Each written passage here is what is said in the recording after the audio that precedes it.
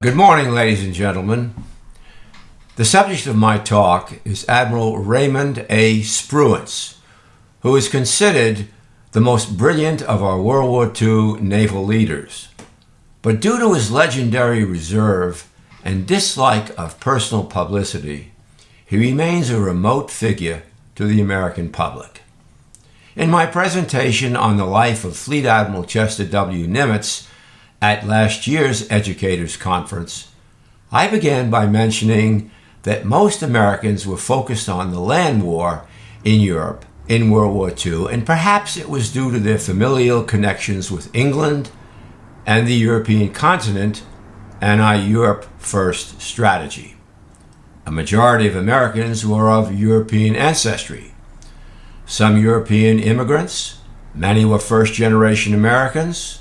Some were World War I veterans or families of veterans of the Great War, all of whom were familiar with many of the names and places mentioned in the media where the war in Europe was raging.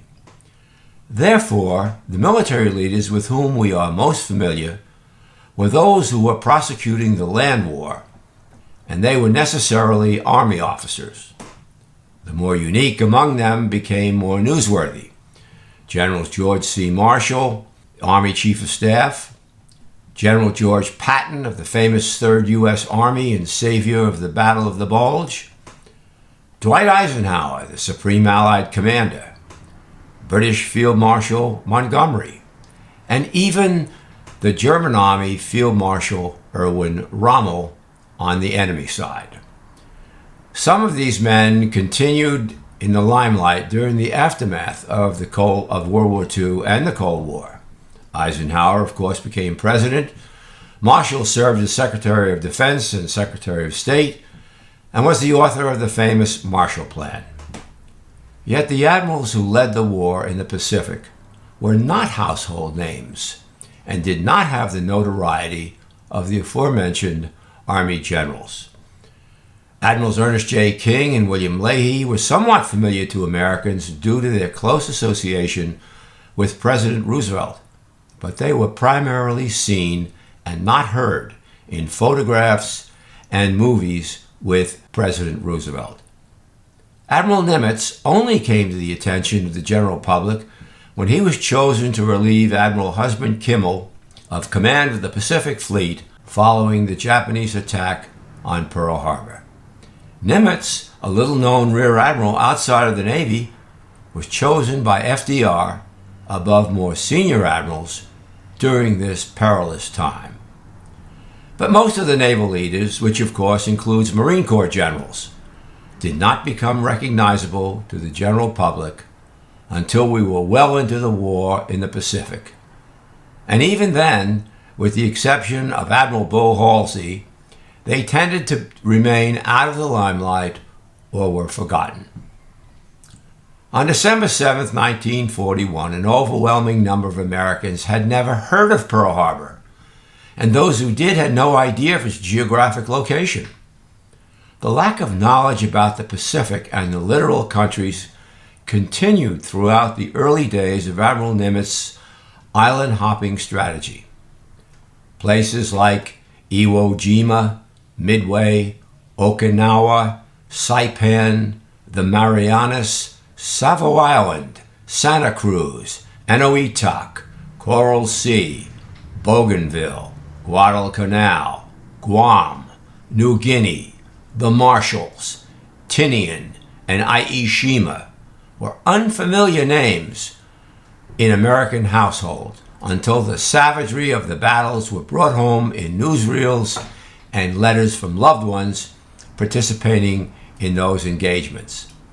Aishima only became known when Pulitzer Prize winner Ernie Pyle, one of the most famous and beloved war correspondents of World War II, was killed by a sniper's bullet on that little speck of real estate in the middle of the Pacific Ocean.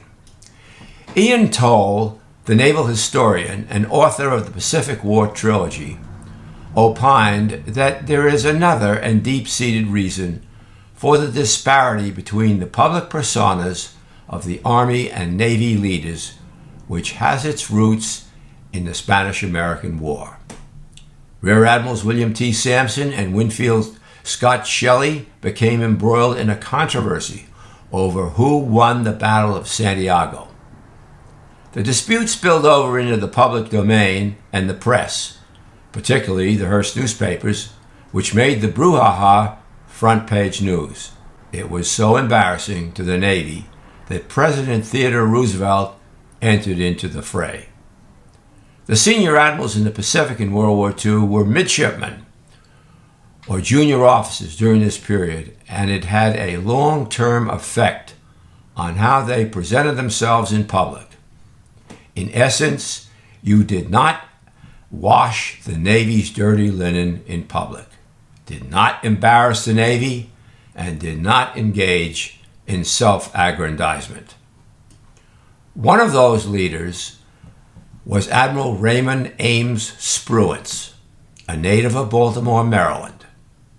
My introduction to Spruance came as a result of my interest in and study of Admiral Nimitz, who called Spruance a fine man, a sterling character, and a great leader.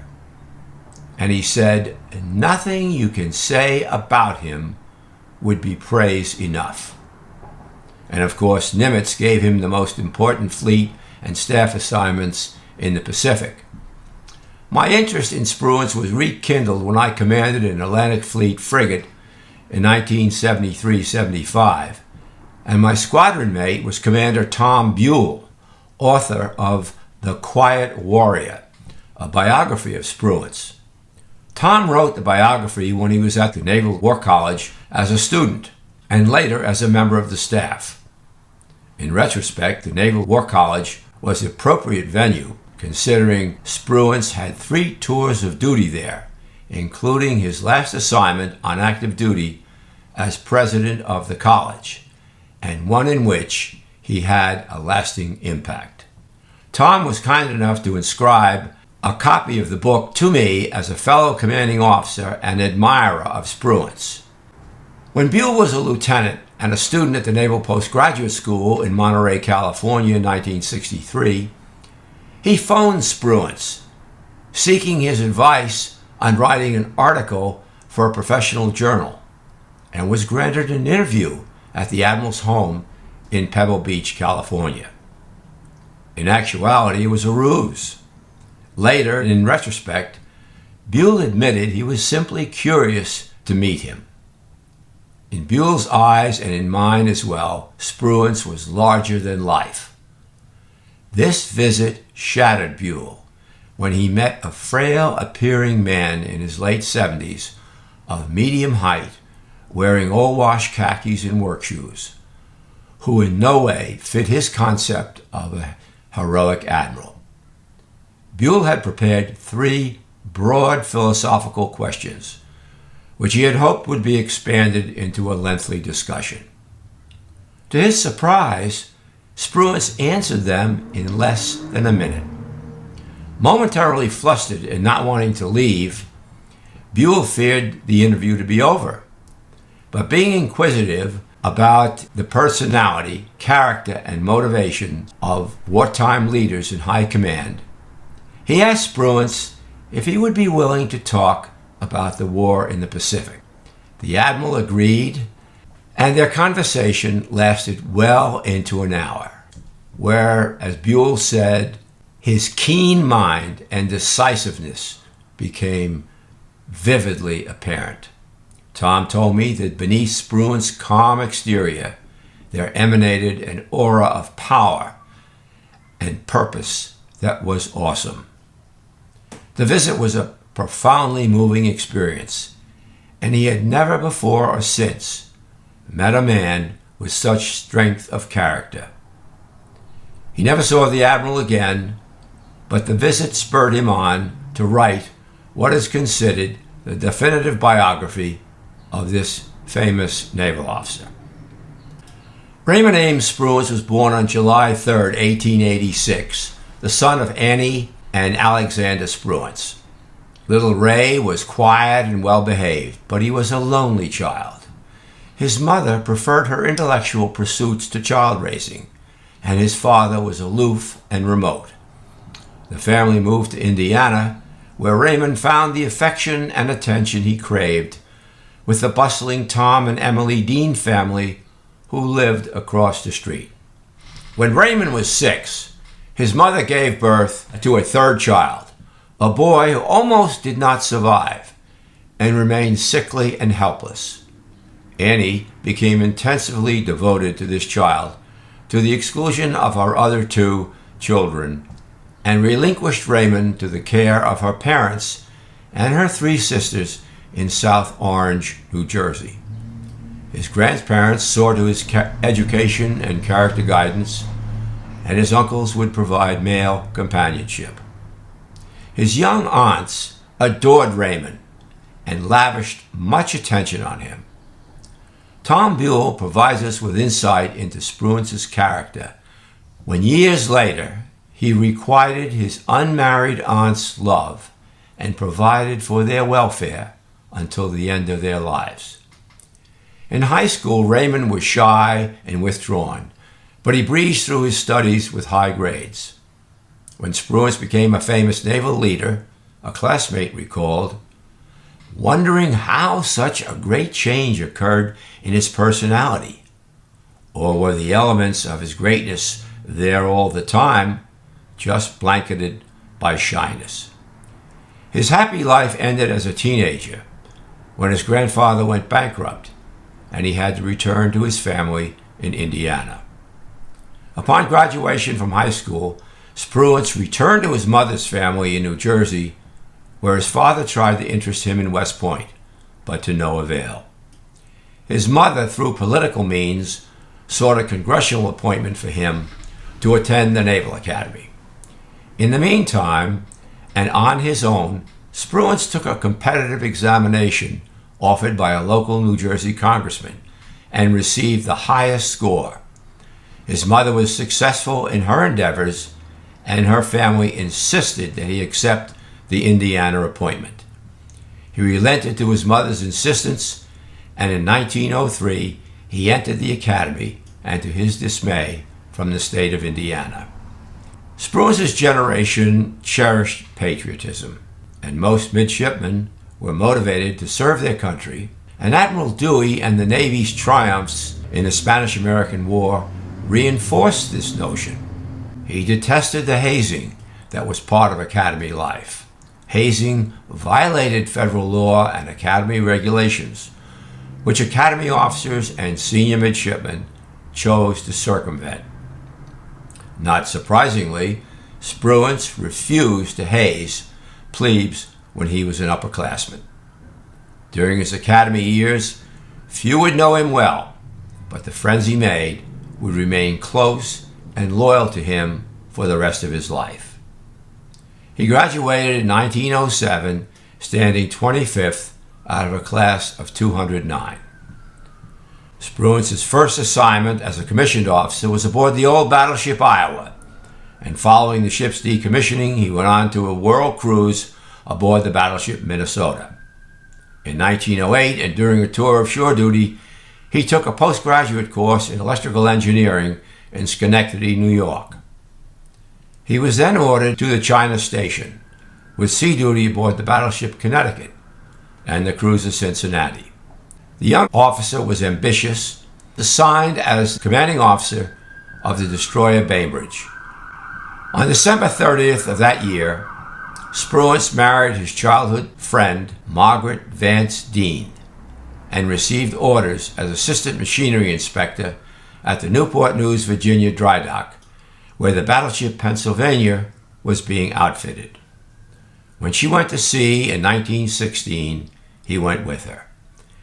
A year later, he went ashore as electrical superintendent at the New York Naval Shipyard in Brooklyn, New York. In 1918, he was successful in gaining 2 months at sea before World War I was over. The following year, he became executive officer of the transport Agamemnon, bringing troops home from France. He used this time to study foreign methods of naval fire control, which led him to visit London and Edinburgh. He would go on to command the destroyers Aaron Ward and the Percival. These tours of sea duty ended in 1921, and he spent the next 3 years with the Navy Department's Bureau of Engineering and Doctrine of Aircraft Board. Thereafter followed 2 years as Assistant Chief of Staff to Vice Admiral Philip Andrews, Commander of Naval Forces in Europe, a job he didn't want. An incident occurred during this tour when Andrews insisted on taking his flagship into an attractive Spanish port, and despite Spruance warning him, the anchorage was too shallow. The admiral stubbornly persisted in his intentions to anchor and go ashore. The exasperated Spruance declared he would put his objections in writing, and if the ship grounded, the record would show it was because Andrews disregarded Spruance's advice. Andrews relented and canceled the port visit. Interestingly, the admiral wrote on Spruance's fitness report, "A very capable, conscientious officer of great natural ability, industrious and hardworking, of agreeable personality." A year of study at the Naval War College in Newport, Rhode Island ensued, where he completed the senior course. This was followed by 2 years of duty in the Office of Naval Intelligence. In 1929, and by then a 43-year-old commander, Spruance went to sea again aboard the battleship Mississippi. He returned to the Naval War College in 1931 as a member of the staff and was promoted to captain in 1932. And the following year, he was assigned as Chief of Staff and aide to the commander of a destroyer scouting force. In 1938, and after another 3-year tour at the Naval Academy, Spruance was ordered to command the battleship Mississippi. In December 1939, at the age of 53, Spruance was selected for promotion to Rear Admiral. In February of the following year, and while still a captain and awaiting a vacancy for promotion, he was assigned as commandant of the newly established 10th Naval District, covering the Caribbean, with headquarters in San Juan, Puerto Rico. It was during this tour that he received word of his promotion to Rear Admiral. That evening, Margaret was about to leave for the theater with neighbors. Spruance asked her, "What time do you think you will be returning tonight?" Margaret said she didn't know and asked why it was so important. Her husband replied, "It's not many women who can go to bed with a captain and wake up with an admiral." The following year, the new admiral was ordered to the Pacific. In 1941, and just prior to our entry into World War II, Spruance was ordered to Pearl Harbor to take command of a cruiser division. On the morning of December 7th, 1941, Spruance's cruiser division was operating as part of Admiral Halsey's Task Force 8 when word was received aboard the Northampton, Spruance's flagship, that the Japanese had attacked Pearl Harbor. The Navy ordered the evacuation of dependents, and in the ensuing days, Margaret and her daughter departed Honolulu for the mainland. With the war almost 2 months old, Spruance's cruisers would conduct naval gunfire in support of the air attack on the Japanese-held islands, beginning with Watji Island. While preparing for the Wake Island operation, Spruance proposed an attack plan to his staff and quickly wrote it on one piece of paper. When finished, he handed it to Commander Long, his flag secretary, and asked, "Is this all right?" It was perfect, a perfect dispatch operation order without an erasure or a correction. Not one of the staff could have produced it without a reference book. In April 1942, Spruance was part of Halsey's Task Force 16 in the Battle of Coral Sea. Neither side was a clear winner, but the Americans thwarted the Japanese invasion of Port Moresby in New Guinea and Tulagi in the Solomons. The Battle of Midway, which took place 6 months after the attack on Pearl Harbor and just 2 months after the Battle of Coral Sea, was an epic clash between the U.S. Navy and the Imperial Japanese Navy. On short notice, and due to the hospitalization of Vice Admiral Bull Halsey, Nimitz appointed Spruance to succeed Halsey as commander of Task Force 16. The two admirals presented a contrast in style. Spruance tended to be quiet and meticulous, while Halsey was brash and more impetuous. Things did not look hopeful for Spruance and his force on the eve of Midway. The Americans were gravely outnumbered by the lurking enemy armada. There was a massive imbalance between the two fleets, and it was not possible to win a direct engagement, and Nimitz had to stake everything on exploiting our intelligence windfall.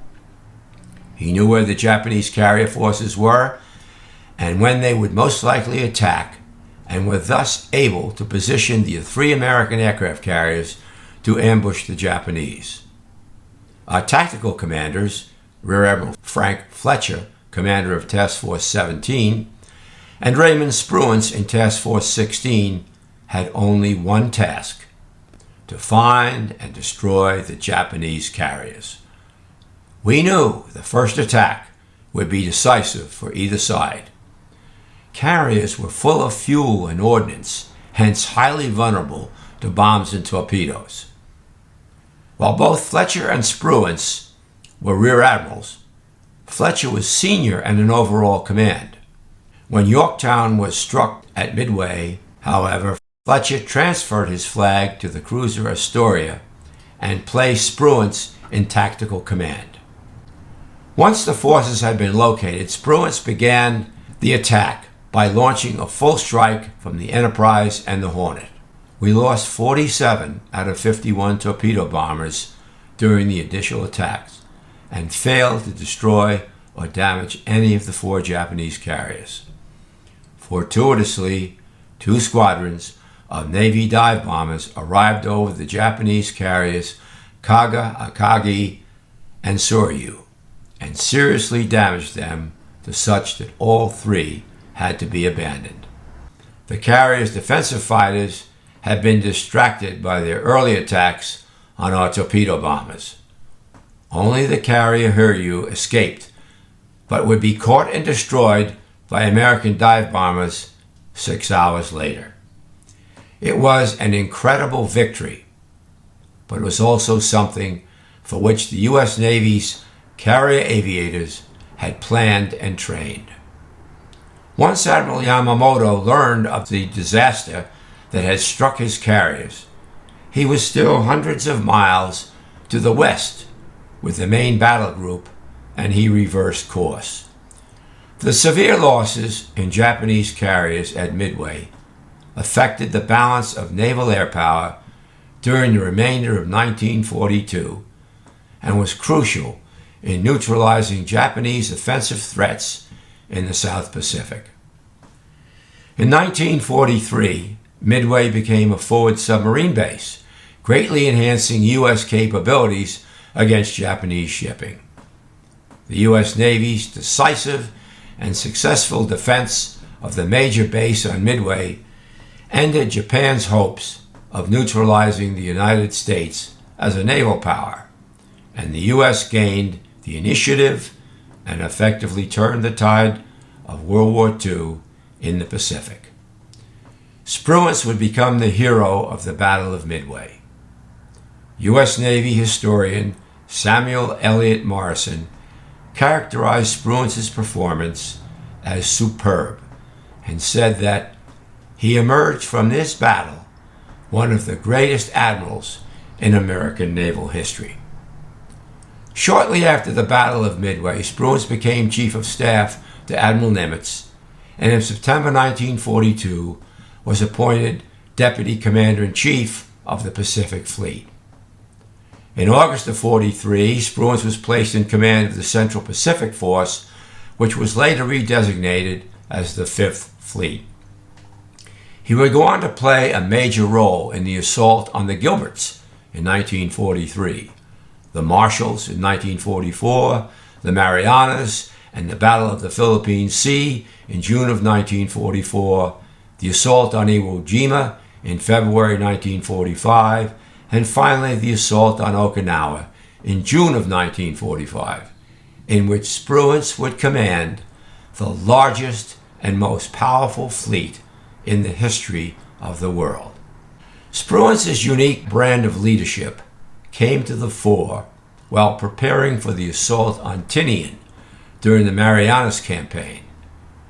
Rear Admiral Harry Hill made a call on Spruance and revealed that he and his Marine General counterpart, Holland Smith, disagreed with Vice Admiral Kelly Turner on the most suitable landing beaches. The Marines wanted to land on White Beach, consisting of two small beaches on the northwestern tip of the island. They had reconnoitered the beaches during the night wearing two-toed Japanese sandals so their footprints would not betray the Americans' interest in the beach. They reported the beaches had favorable gradients, no man-made obstructions, and they were undefended. Turner violently refused Hill's recommendation and ordered the junior admiral to plan for a landing on Tinian Town Beach in the southwest corner of the island. Spruance tended to agree with Hill, but was reluctant to overrule Turner, who was regarded as the supreme authority on amphibious warfare. Spruance quickly convened a conference with Turner and his staff. The others were nervous due to Turner's intransigence and the acrimony that preceded the meeting. Spruance solicited their recommendations, beginning with the junior officer, to encourage frankness by a junior, as he might be inhibited if the senior spoke first. 5 generals and admirals voted for the White Beaches, and Turner quietly acquiesced. One cannot study Admiral Nimitz and his Pacific strategy and read the reports of historian Samuel Eliot Morison, who chronicled the exploits of the U.S. Navy during World War II, and in particular the war in the Pacific, without learning about Admiral Spruance. Morison believed he was one of the greatest fighting and thinking admirals in American naval history. Yet because of his modest, retiring nature, Spruance was never a popular hero in the manner of Admiral Halsey. He disliked personal publicity and had a reputation for freezing reporters who invaded his privacy. His entry in Who's Who in America was only 3 lines long, including his full name. And a footnote in Morison's monumental history of the U.S. Navy in World War II testifies to his modesty. Morison's text refers to Spruance, victor at Midway. In the footnote, Morison says, Admiral Spruance, in commenting on the first draft of his volume, requested that I delete victor at and substitute who commanded a carrier task force at, but I have let it stand. While the tide of war had turned in our favor, the Battle of the Pacific was by no means over. Admiral Nimitz would be promoted to the rank of Fleet Admiral, along with King, Leahy, and Halsey. The war would continue for 3 more long years of hard fighting, with terrible loss of life in the Battle of the Philippine Sea, the Great Naval Battle of Guadalcanal, Savo Island, the worst defeat in a single action suffered by the U.S. Navy, the Marshalls, Palau, Tarawa, Tinian, Saipan, Iwo Jima, and Okinawa. World War II in the Pacific finally came to an end when the Emperor announced the unconditional surrender of Imperial Japan on 15 August. At the end of the war, Nimitz chose Spruance as his successor. After his tour as Commander-in-Chief Pacific Fleet, Spruance received orders as President of the Naval War College. Shortly before leaving the War College and retiring from the Navy on July 1st, 1948, Spruance received a letter of commendation from the Secretary of the Navy that read, "Your brilliant record of achievement in World War II played a decisive role in our victory in the Pacific. And the crucial Battle of Midway, your daring and skilled leadership routed the enemy in the full tide of his advance and established the pattern of air-sea warfare which was to lead to his eventual capitulation." Samuel Eliot Morison agreed. Power of decision and coolness in action were perhaps Spruance's leading characteristics. He envied no one, rivaled no man, won the respect of almost everyone with whom he came in contact, and went ahead in his quiet way, winning victories for his country. When we come to the admirals who commanded at sea and who directed a great battle, there was no one equal to Spruance. Always calm, always at peace with himself, Spruance had the ability which marks the great captain to make correct estimates and the right decisions in a fluid battle situation. Summing up his appraisal of this outstanding sailor, Morison noted, "Spruance in the Battle of the Philippine Sea, overriding Michener, the carrier expert, in letting the enemy planes come at him instead of going in search of them, won the second most decisive battle of the Pacific War. And off Okinawa, Spruance never faltered in the face of destruction wrought by the kamikazes. It is regrettable that owing to Spruance's innate modesty and his refusal to create an image of himself in the public eye, he was never properly appreciated." Admiral Halsey was awarded a 5th star, whereas Spruance was not. Most military historians, as well as the author of The Quiet Warrior, are of the opinion that this was a very great injustice. A powerful politician from Georgia, Carl Vinson, blocked Spruance from becoming a fleet admiral. Later, Congress made Spruance a permanent 4-star admiral as sort of a consolation prize. Tom Buell reflected, "This is politics, not a reflection of the individual contributions of the two admirals to victory." Spruance continued in public service as ambassador to the Philippines during the Truman and Eisenhower administrations, during a particularly tumultuous time of political and economic turmoil for the Philippine people. He retired as ambassador in the spring of 1955. Philippine newspapers praised him. American and Philippine government leaders thanked him and congratulated him, and his embassy associates expressed their admiration and gratitude.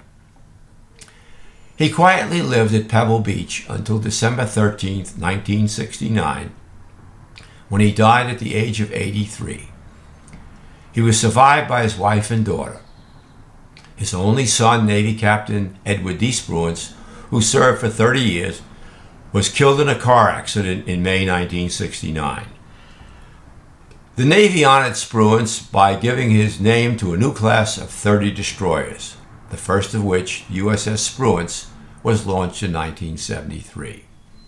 A second class of Aegis destroyers was named after him, and the first ship of the class was christened in 2010 by Spruance's granddaughter, Ellen Spruance Holscher, when she broke the champagne bottle against the ship's bow before a cheering crowd that included 4 of Spruance's other grandchildren and 6 of his great-grandchildren at Bath Iron Works, where the ship was being built.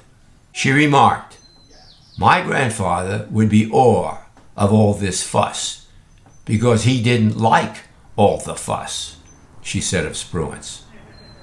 An academic building at the Naval War College was named for him, and where there is a beautiful bust of the Admiral by the sculptor Felix de Weldon, who earlier did the statue of the flag raising at Iwo Jima. In January of 1989, I assumed command of the combat logistics ships in the Pacific Fleet with headquarters in San Francisco, and was assigned to Quarters 1 on Yerba Buena Island. The quarters had been renamed Nimitz House in honor of the late Fleet Admiral who lived there until his death 55 years ago. Living in this historic evidence encouraged me in my quest to learn more about this great American. I used the opportunity to interview people on the island who knew Nimitz and hosted a dinner party for Sister Mary Aquinas Nimitz, the Admiral's youngest daughter, who was a Dominican nun and head of the biology department at Dominican College, now University.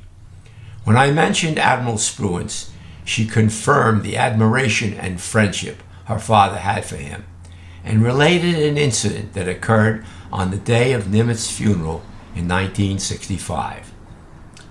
Prior to the funeral cortege departing Treasure Island en route to Golden Gate National Cemetery, there was a brief reception at Quarters 1 for a small assemblage of close friends and relatives. Admiral Spruance was in attendance in full uniform, and Sister Aquinas related how frail he looked on what she described was a cold San Francisco day. He stood in the living room near a window by himself and avoided contact with the other guests in quintessential Spruance fashion. Following the funeral, Mrs. Nimitz noticed Spruance standing alone, and she invited him to join her in the family limousine. As they were exiting the cemetery, Spruance asked Catherine Nimitz if they could stop at the superintendent's office. In a brief meeting, Spruance asked the official if he would reserve the plot next to his old friend Nimitz. Spruance, who died 4 years later, is buried on a hill surrounded by his closest wartime friends: Fleet Admiral Chester W. Nimitz, Vice Admiral Charles A. Lockwood, the Pacific Submarine Commander, and Admiral Richmond Kelly Turner and their wives. And now I would be happy to take your questions.